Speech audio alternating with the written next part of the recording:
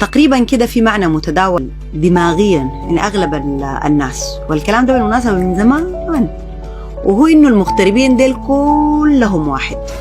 كيف يعني؟ يعني الشغال في مجاله، والشغال في شركة ولا مؤسسة كبيرة، ولا الشغال في محل صغير، العامل البسيط واللي بيفتش عن شغل، والطالب، هو مغترب. والترجمة تحت، يلا شوف الترجمة جاي دي كيف: مرطب وأموره طيبة و10/10، وهكذا. يا أخواننا المغترب ده كائن أموره ممتازة جدا جدا جدا.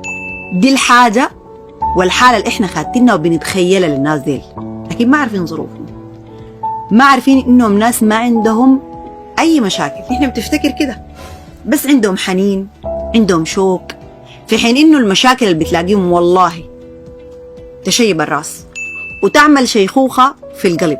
مشاكلهم أكبر من عدد أيام اغترابهم، وكان الله في عونهم. من المفارقات يا أخواننا الغريبة، تكون نايم في الأرض وما لاقي اللي بتاكله، جيعان بروماكس، ونص اللي بتعرفهم راجينك ترسل لهم آيفون 14 بروماكس. انت مش مغترب؟ يلا. الناس يا اخوانا بتضغط على المغترب ضغط ما طبيعي، على وجع الغربة اللي عليه وعلى التعب النفسي اللي عليه. ما أي زول يا اخوانا بقدر، ما في أي زول، ما في زول حاسس بيه.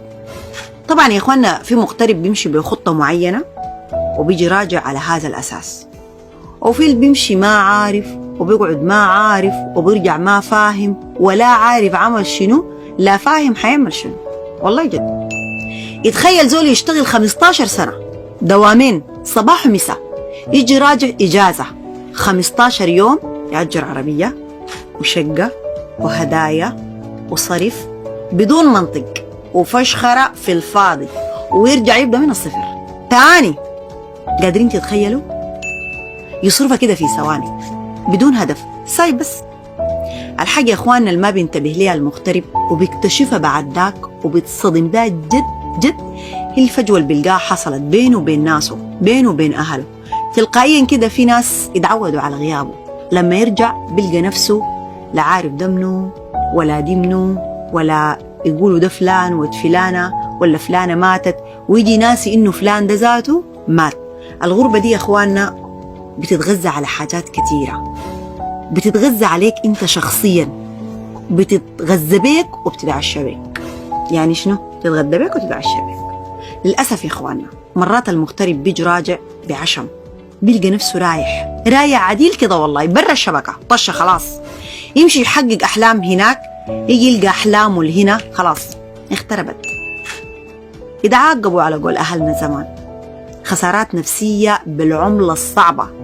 الحاجة الأكثر فداحة لما تكتشف إنه الناس ما حاسة بك وبتتعامل معاك كبنكك صراف آلي، بتذكروك بس في الحاجات والحوجات. المغترب اللي بيرسل عشان يأسس حاجات هنا، بيت ولا غيره ولا غيره، ويجي يكتشف إنه الحاجات دي كلها ما في، باعوا ليه والوهم، يفقد عقله ويروح فيها. تتذكر الزول القال بعد غربة سنين وسنين أول مرة يرجع، جا من المطار لناس البيت سلموا عليه خد ده أنا ما قادر أحكي لكن لازم أحكيها، وطلعوا مشوا الصالة عندهم عرس حق منه، ما حق أهله، حق جيرانه. هو بيتكلم عن إحساسه، يعني بجد حاجة بتوجع. قال له أقعد هنا أحرس البيت، إحنا ماشيين العرس وجايين راجعين لك. أخوانا والله بجد أحاسيس صعبة ممكن تتملك الزول. التواصل مع الأسرة الصغيرة ولا الأسرة الكبيرة، الجو الصحي أو جو الأسرة ده اللي بيكون فاقده بيجي عشانه. يا جماعة وانتوا بتمضوا في عقد العمل ركزوا في العقد ده على الإجازات، عشان لما تجوا راجعين ما تلقوا مسافة بينكم وبين ناسكم. الفيديو كول ممكن يدعم التواصل، لكن ما ممكن يكون تواصل روح وحياة، تواصل بتاع تفاصيل كده وانت فاقده. في ناس عندهم قدرة ومهارات بتخليهم يحافظوا على الحاجات دي جواهم مهما اغتربوا، مهما قعدوا برا السودان. وفي اغتراب نفسي، في زول بيغترب بنمرة كله، ما مجرد شال شنطته وأحلامه ومشى، اغترب نفسيا وروحيا وجسديا، وكلامه ذاته ولهجته اتغيرت، وبنشوفها يا اخوان.